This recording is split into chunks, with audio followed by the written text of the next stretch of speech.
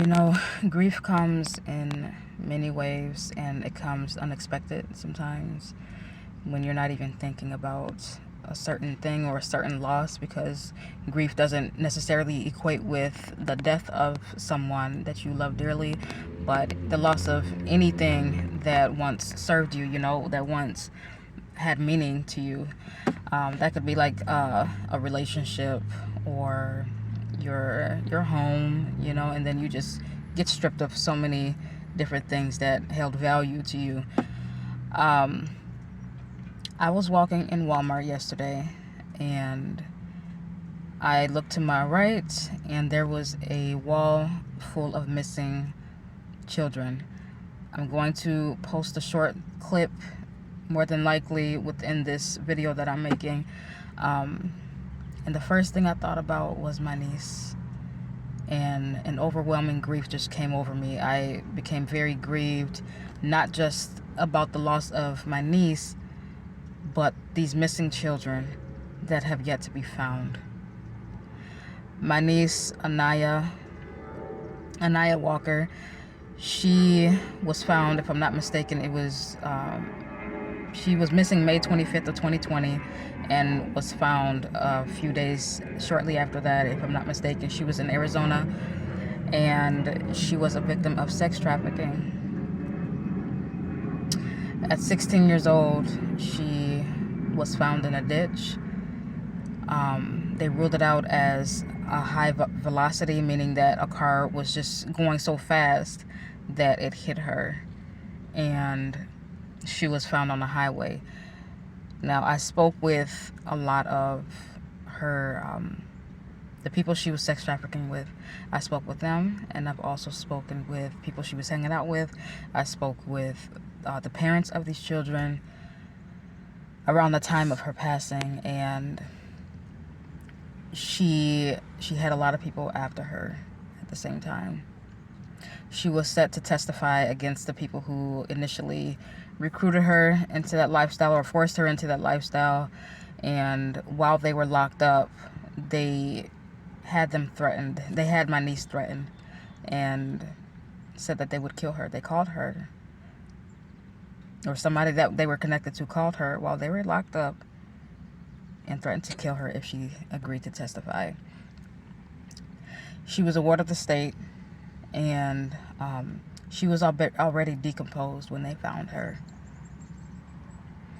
I don't say this because she's my niece and I'm looking for some clout or attention or anything of that nature. It's not about that at all. There's another story behind that. Real quickly, I didn't necessarily have a relationship with my niece because she was in a whole other state, and there's some conflict, regarding that. But things are situated between the parents, but nonetheless, there's time missed with her. And I remember reaching out to her when I first heard that she was wanting to get in touch with her, this side of the family, our side of the family. I think it was her social worker. And then her birthday was coming up on that Monday. I think this is when she was turning 15. And then I reached out to her on Facebook once I found out her alias name on there.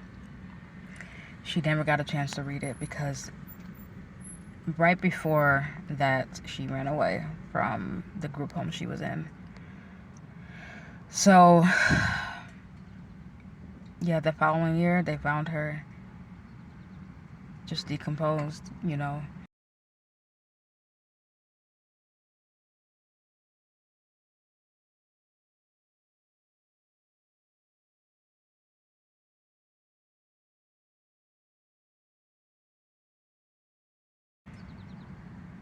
Now, when I walked past all of those missing children, my heart got grieved because it could have been anybody who had that same ending, My prayer is that all of these children are found safe and without trauma, but the reality that we live in is that we live in a wicked world where people are very self-seeking, self-absorbed, and don't care that these children is somebody's child. And it just grieves me so deeply. My heart is broken all over again, about my niece. Broken all over again that so many other people are probably enduring the same thing.